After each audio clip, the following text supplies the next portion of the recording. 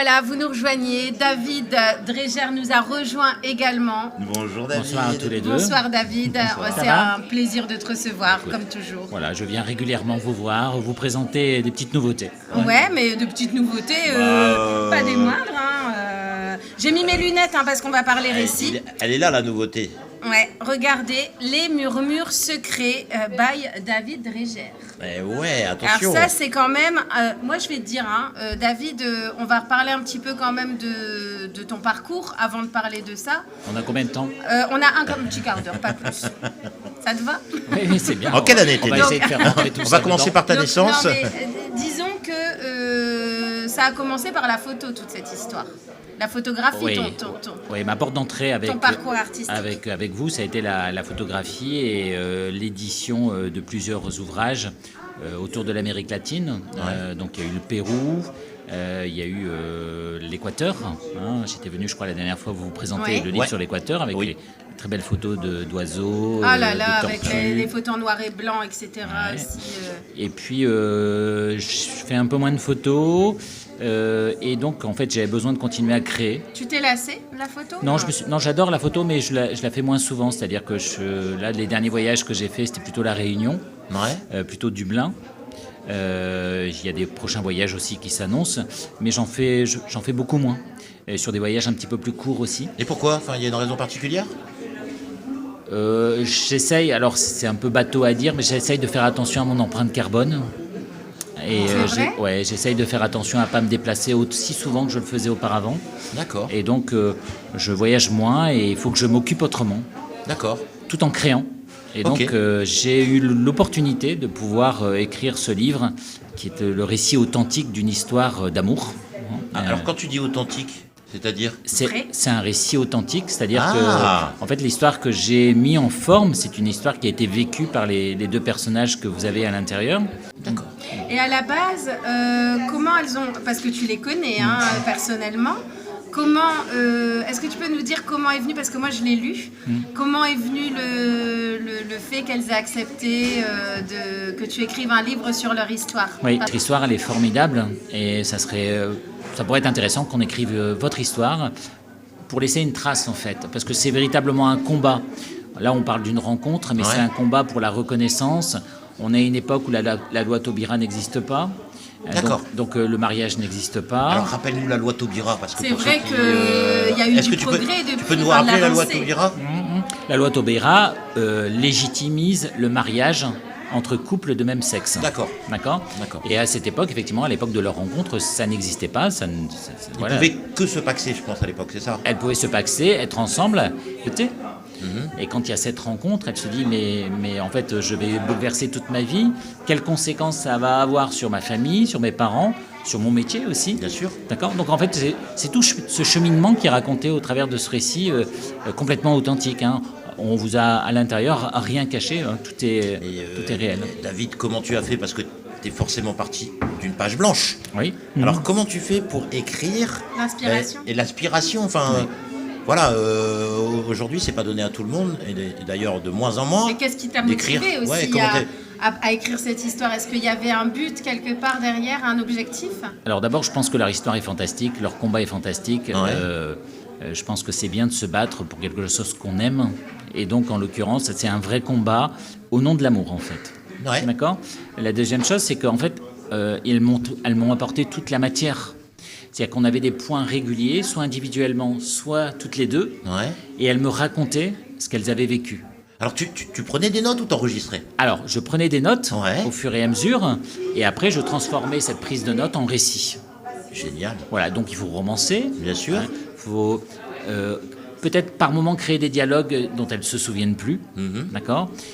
Et tout ça, s'est fait en complète validation. C'est-à-dire qu'à chaque fois qu'il y avait un chapitre qui était écrit, elle le validait dans le contenu, parce qu'elle voulait qu'on puisse divulguer des informations, mais pas toutes les informations. Bien sûr. Donc dans les échanges, elle se laissait aller à de la confidence. Et cette confidence, il fallait revenir dessus aussi parfois. D'accord, pour éviter de raconter des choses qu'elle n'avait pas envie de voir écrites sur Mais le c'est livre. un travail titanesque, ça t'a pris combien de temps pour écrire ce livre? Alors ça m'a pris entre 6 et 8 mois. Ah, Oui. pas plus que ça. Non, Ouais, en mais fait, je pense toute qu'une la fois matière que- était là. Une fois Ouais, que tu d'accord, étais mais bon, lancé, en fait, oui. mais en plus tu n'as pas suivi de formation particulière pour devenir auteur, si, quand même. Non, alors pendant longtemps, en fait, ce que j'ai fait, c'est que j'ai écrit des histoires. D'accord ? Donc il y a une 60aine d'histoires qui existent chez moi, d'accord ? Ah bon ? Que j'ai jamais révélées, d'accord ? Ouais. Mais il y a plein d'histoires que j'ai déjà écrites. Et en fait, je suis adepte de l'écriture des histoires parce que je la maîtrise sur un temps court.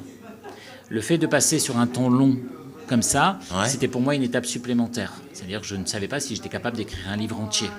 Je me savais capable d'écrire une histoire, mais capable d'écrire un livre entier, je n'étais pas sûr de pouvoir le faire. Et en captivant le lecteur, et savoir lire toutes les pages et qu'on ait envie de le lire jusqu'au bout, quoi. C'est ça. C'est un livre qui se lit en moyenne en combien de temps ?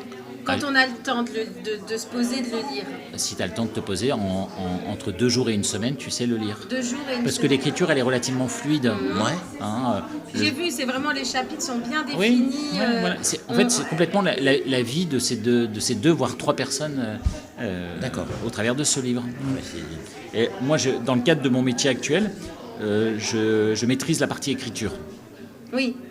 Je suis consultant. Et quand on écrit un livre comme ça, il y a une relecture après par d'autres personnes avant de le publier.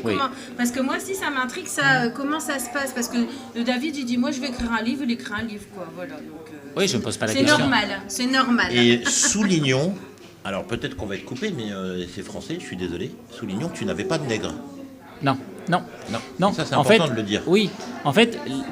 voilà, tu es un pur écrivain, parce qu'il y en a beaucoup qui ont des nègres. Oui, non, en fait, l'idée, c'est que j'avais de la matière. Il n'y avait aucune raison que je fasse appel à quelqu'un qui puisse écrire. L'histoire, elle était là, elle était présente, le contenu était présent, il n'y avait plus qu'à raconter, en fait, tout simplement. Oui, mais c'est pas évident de mettre des mots sur des émotions, des sensations, des situations.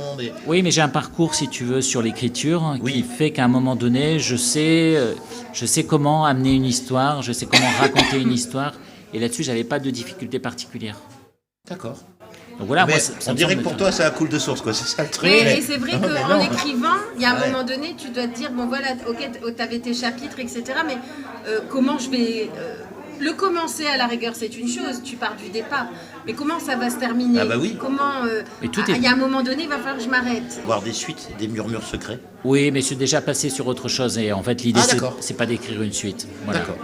Pour les relectures, pour répondre à ta question, Estelle, oui, il y a d'abord les 2 personnages qui relisent le livre. On a bien compris qu'il n'y a personne qui a écrit pour toi. Non. Pour vérifier qu'à chaque fois, ce qui a été écrit est conforme à ce qu'elles ont envie de dire. Et ce qui s'est bien passé, est-ce que c'est ça ? Parce que tu peux avoir des problèmes d'incompréhension sur des dates, sur un cheminement historique, etc. Bien sûr. Et donc, elles doivent vérifier ça. Et puis ensuite, tu as une relecture qui est liée à la partie orthographe, cohérence, etc. L'orthographe, c'est hyper important. Il ne peut pas y avoir de faute. Non, il peut pas. Et ça, il peut y avoir une faille, non ? Oui, c'est-à-dire qu'on a retrouvé, après que le livre ait eu une première publication, on a retrouvé des choses, bien sûr. Bah oui, je me doute. Et puis après, il y a l'éditeur qui s'en empare, et qui lui fait aussi une relecture, qui dit, moi, ça m'intéresse de le publier ou pas. Je pourrais pas être éditrice parce que le temps que je mets pour lire des bouquins... Et d'ailleurs, on peut peut-être parler de... Alors, il est édité chez qui, alors ? Alors là, tu l'as pas parce que c'est une version originale. Mais alors, parle-nous justement de sa sortie, de où on va pouvoir se le procurer, tout ça. Ça, maintenant, c'est très intéressant, puisque maintenant que tu nous as mis en haleine sur le contenu. Oui. Là, cette version, c'est une version, j'allais dire, quasiment unique, c'est une version authentique. Dans la version qui est publiée, qui a été publiée depuis 15 jours, je crois, on a une version anonymisée. Donc l'histoire se passe ailleurs que dans les Flandres. Ah, complètement, voilà, d'accord. Donc celui-là, on peut se le procurer ou pas ? Là, ce que tu as entre les mains, c'est le 5 ou 6e dernier exemplaire que j'ai.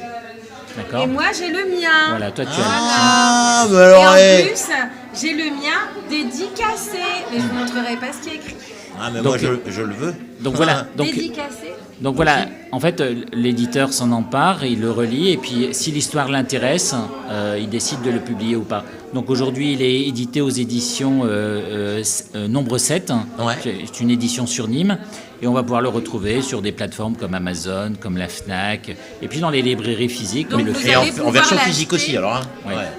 Donc vous allez pouvoir l'acheter vraiment. Et moi, j'aime bien la première phrase que tu as mis sur la couverture. Et si l'amour le plus vrai était aussi celui qu'on n'a pas le droit de vivre. Ben, ça donne envie de lire. Hein. Oui. Et je voulais vous parler du prochain projet. Ah peut-être. oui. Ah bah oui. Bien sûr. Je vais vous mettre je vais peut-être vous teaser sur le sujet. C'est bien. Tu Vas-y. me l'avais dit tout à l'heure, on va laisser. Comme ça me donnera l'occasion de revenir quand il sera publié. Le prochain projet, c'est l'histoire d'un urgentiste. D'un quoi? Un urgentiste. Ah oui. D'accord. Donc on est dans les. On est toujours dans le Dans les réel? récits. Dans le récit? Alors là, c'est une histoire inventée. D'accord. D'accord. Ah. On est en 2035. Et en 2035, donc dans 10 ans, on pourra encapsuler nos mémoires.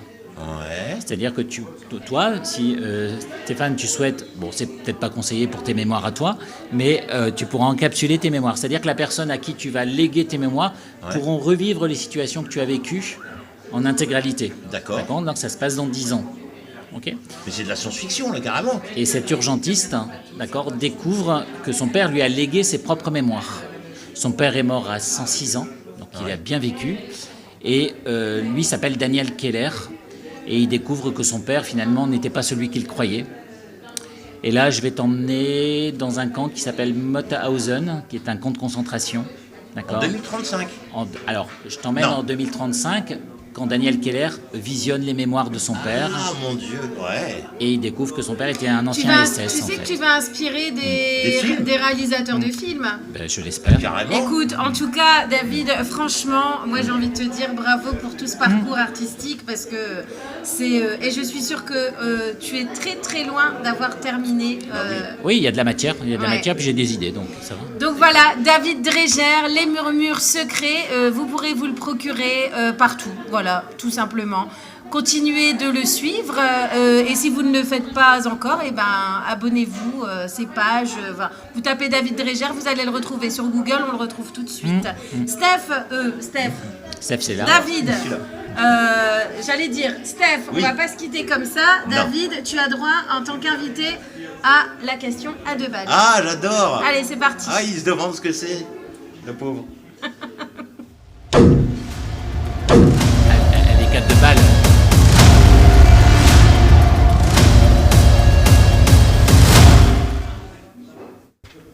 Salut le plateau live, c'est Enzo, n'oubliez pas les paroles. Alors j'ai une question pour vous, quel est votre parfum préféré? Voilà, c'est tout. Ah oui. Alors on sait jamais Ça qu'est-ce vaut que pas plus de 2 balles, ce en que fait. ça va Ouais. être.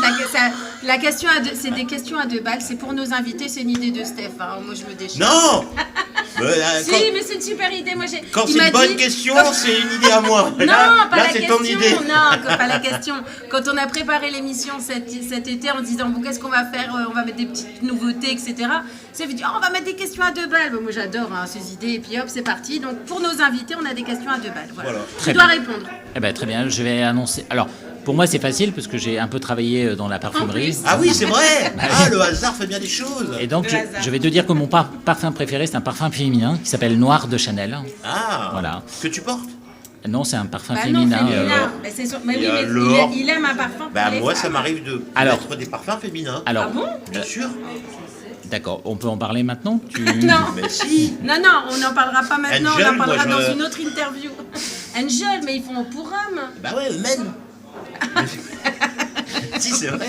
Mais c'est vrai en plus. Mais Steph, je te Mais jure. si, mais enfin. Bah moi je mais mets j'aime jamais de beaucoup les parfum parfums pour hommes, féminins. je mets que des parfums pour femmes. En tout cas on est content. Ah ouais, carrément. David a répondu à notre question à 2 Voilà, à balles. 2 balles. En tout cas on est très content que tu sois venu. Merci de votre invitation. Merci pour cette à vous. présentation. Et tu reviens quand tu veux David. Oui, pour, je sais pas, un défilé de mode, par exemple, non? Qu'est-ce que vous en pensez? Pourquoi c'est prévu? Je sais pas. Moi, Ah Non mais avec lui ça tout pourrait. est possible. Ah oui, hein. tout est possible. Tout Ouais. est bien sûr. possible. Ah ouais. Mais s'il te plaît n'abandonne pas la photo. Ah, ouais, d'accord. Ok. non. Ça, S'il c'est te plaît. c'est une invitation, je crois. Il sait pourquoi. Un grand merci David. À bientôt, Et encore merci à vous. félicitations pour cet ouvrage.